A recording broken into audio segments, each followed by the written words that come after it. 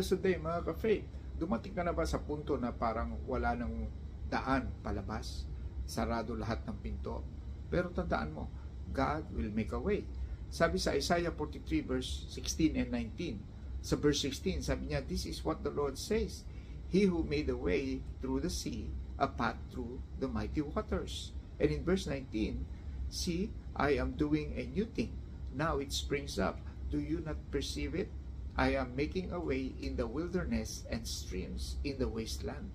Si God ang gumawa ng daan sa dagat noon at kaya rin niyang gumawa ng way sa buhay mo kahit sa mahirap o imposible na sitwasyon.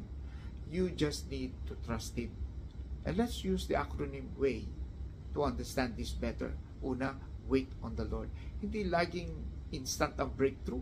Habang naghihintay ka, kumikilos si Lord sa paraang hindi mo nakikita. Kaya habang naghihintay, huwag kang sumuko. Then acknowledge His power. Walang imposible sa Diyos. Siya ang gumawa ng daan sa dagat, kaya rin niyang gumawa ng daan sa sitwasyon mo. At kung di mo pa rin makita ang daan, yield to His plan.